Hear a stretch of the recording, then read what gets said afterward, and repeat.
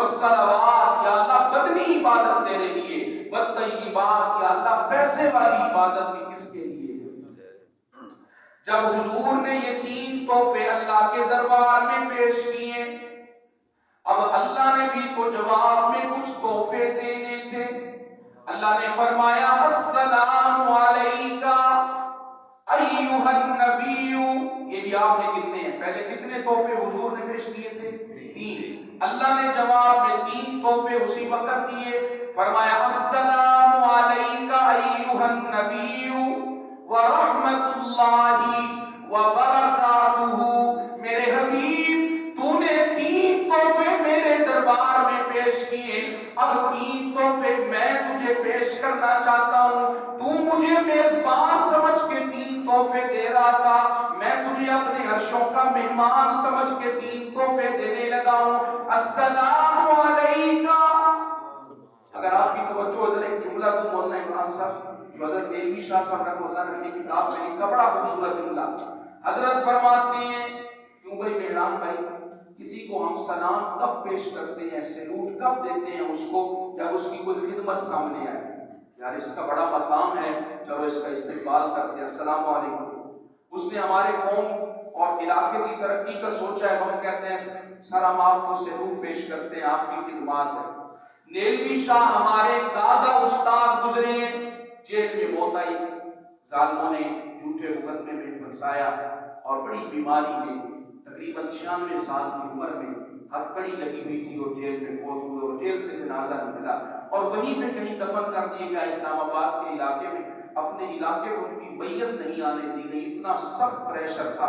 خیر سنیے گا، حضرت فرماتی ہیں اللہ نے فرمایا السلام علیکہ، اے میرے حبیب تو نے یہ تین وعدے مجھ سے کر کے اپنے خوبصورت عقیدے کا اظہار کیا، اس پہ میں کہتا ہوں السلام علیکہ۔ تیرا عقیدہ اتنا خوبصورت کہ میں اللہ اس عقیدے میں تجھے شاباش دے کے کہہ رہا ہوں السلام علیکہ، میری طرف سے ہمیشہ تجھ پہ سلامتیاں ہی آئیں گی، ورحمت اللہ، میری رحمت بھی ہمیشہ تیرے لیے ہوگی، وبرکاتہ، ہمیشہ برکتیں بھی۔ اب یہاں پہ بات سمجھیں، رحمت کس کو کہتے ہیں اور برکت کس کو کہتے ہیں؟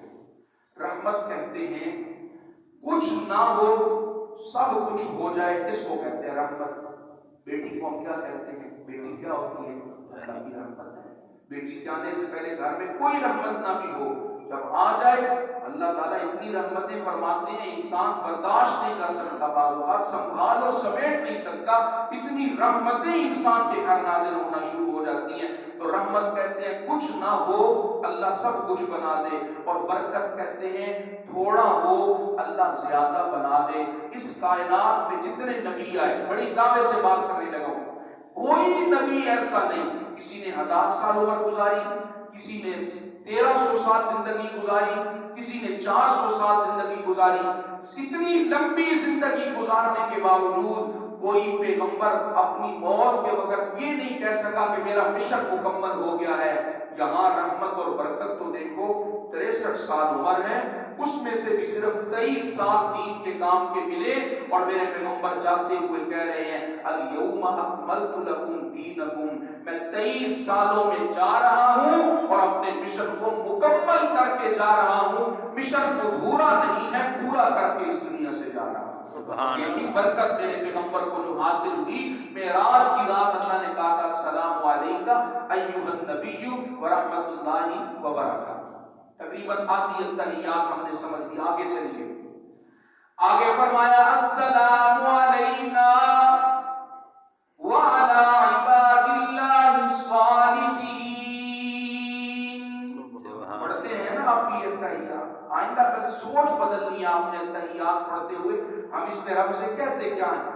السلام علینا، یا اللہ ہم پہ بھی سلام ہو۔ کیوں؟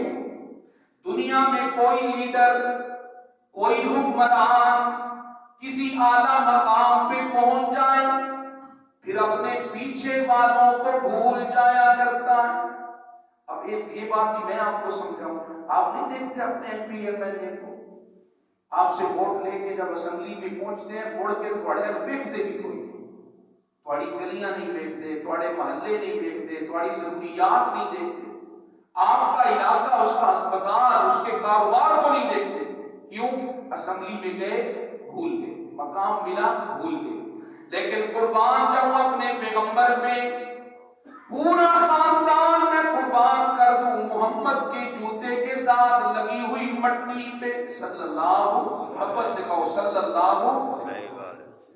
جناب نبی کریم کہاں پہنچے؟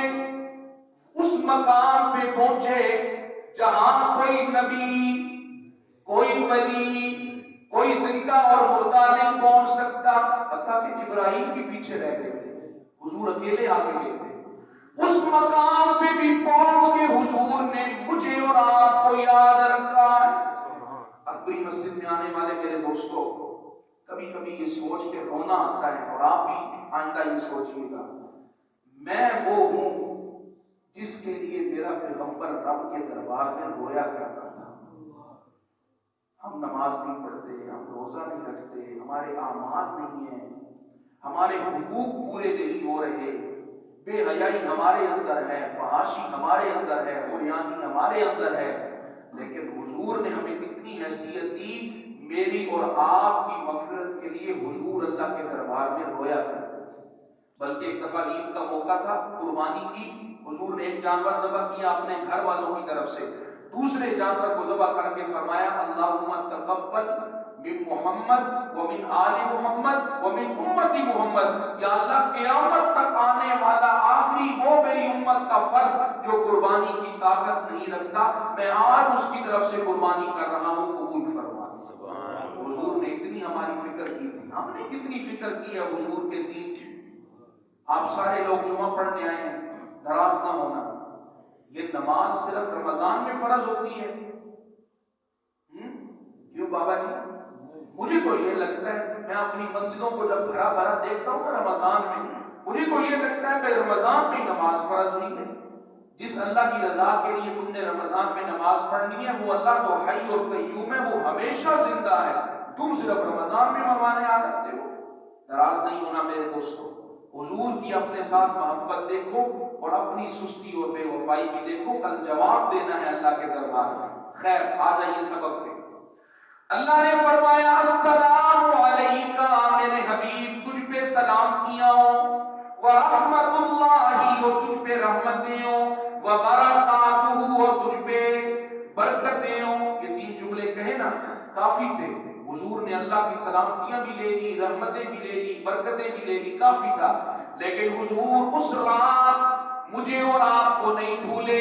فرمایا السلام علینا، یا اللہ مجھ پہ بھی سلامتی ہے، لیکن وعلی عباد اللہ الصالحین، قیامت تک میری امت کے جتنے لوگ آئیں گے